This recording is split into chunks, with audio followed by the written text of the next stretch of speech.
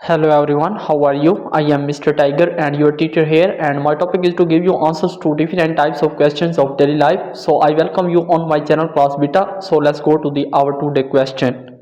Predict the products for Al plus O2. Correct answer is when aluminium Al reacts with oxygen O2, the products formed are aluminium oxide Al2O3. This is a balanced chemical equation for the reaction 4Al plus 3O2 2Al2O3.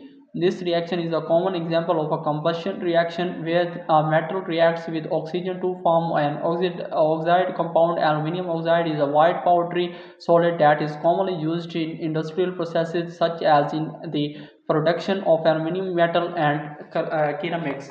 The reaction between aluminium and oxygen follows the law of mass conversion and the principle of chemical reactivity where the elements combine to form a stable compound. Understanding these principles helps predict the products of chemical reactions and is fundamental in the study of chemistry.